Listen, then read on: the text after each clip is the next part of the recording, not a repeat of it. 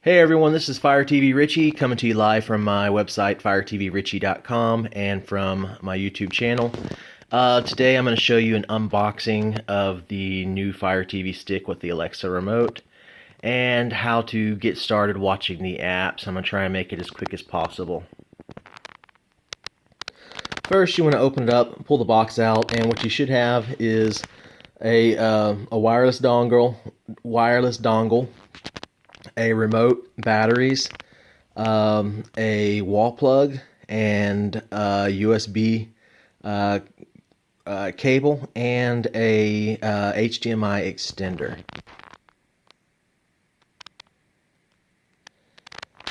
So you want to take everything out of the plastic, obviously. You want to put the batteries in the remote, and you want to connect the USB cable to that wall plug, just like a cell phone. It's basically the exact same thing as a cell phone charger.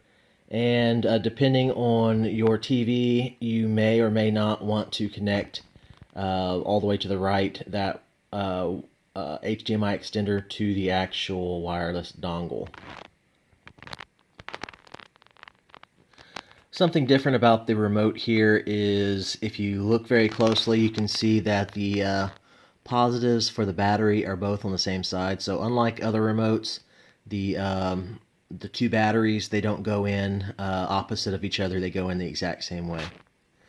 To get that cover off, you just basically slide it off from the bottom and it will come right on off.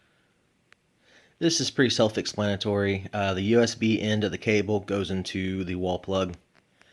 And again, the other end of the cable, the mini USB connection, plugs right into what's called the power connection on the wireless dongle. You just place it right in there.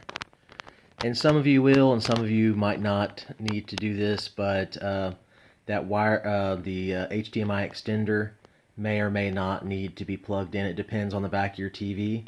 If the back of your TV doesn't fit with this Amazon dongle, like if it won't allow it to plug in, like it's too long or it's not shaped right or whatever, just some people's are different on the back, so you just plug that in and you'll be able to turn it whichever way. And most people will need to use that though. Obviously, you know what this goes in. That goes into your wall outlet, or you really should have a power supply or a surge protector. After you know which HDMI port you're going to put the dongle in, you need to change your source to whichever one you're going to use.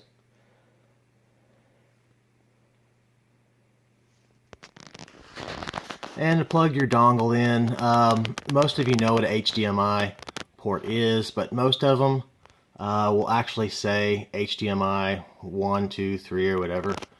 You just plug it straight in.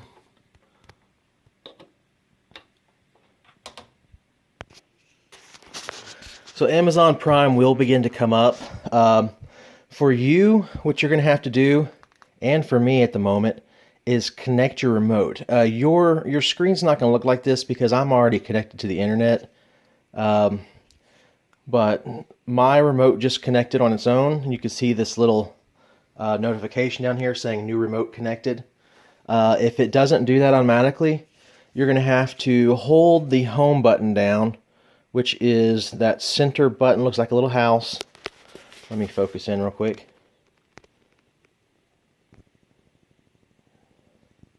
Well, can't focus in very well on it. There you go. It looks like a home button, or it is a home button, and it looks like a little house.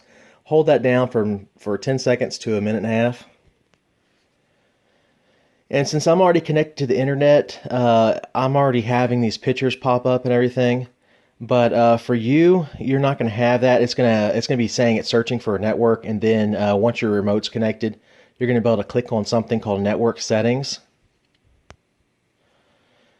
Just in case you left your TV on for a while before you actually plugged in your network, the easiest way to get back to the screen, because the network settings will go off the screen, and what you do is hold that home button down again, and go over to the right to settings. Click on settings, and then you're going to want to scroll all the way to system and to network,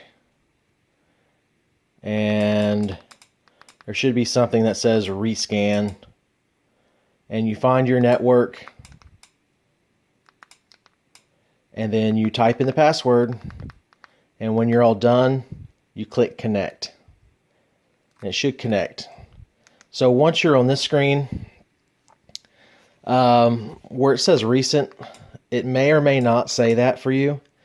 To find the apps that I install, the easiest way to find them is to hold the home button down and then scroll to the right where it says My Apps. Click on it. And there's a bunch of apps. And because you are sharing an Amazon account with 50 other people, if they install some apps, they will show up in here too. But what you need to know is Kodi. This is Kodi. Let me, you can see it better right there. Not this one right here, but the one right to the right, and you can see where it says Kodi. And that's Kodi. You want to click on that. And it'll begin to install updates. So once it comes up, it's going to look just like this. And you're going to want to let it sit for about 5 minutes. For some of you others, you're going to have the new Amazon interface for the home screen already. In the beginning of the video, you saw where this menu was not horizontal, but it was vertical, going up and down. That is going to be how everyone's is going to be, or everyone's Fire Stick is going to update to that very soon. In fact, if you want it to update right now, that way you don't get confused and having to learn one and then learn another one a week later, just leave your device in sleep mode. And the way you do that is to hold the home button down and click on sleep.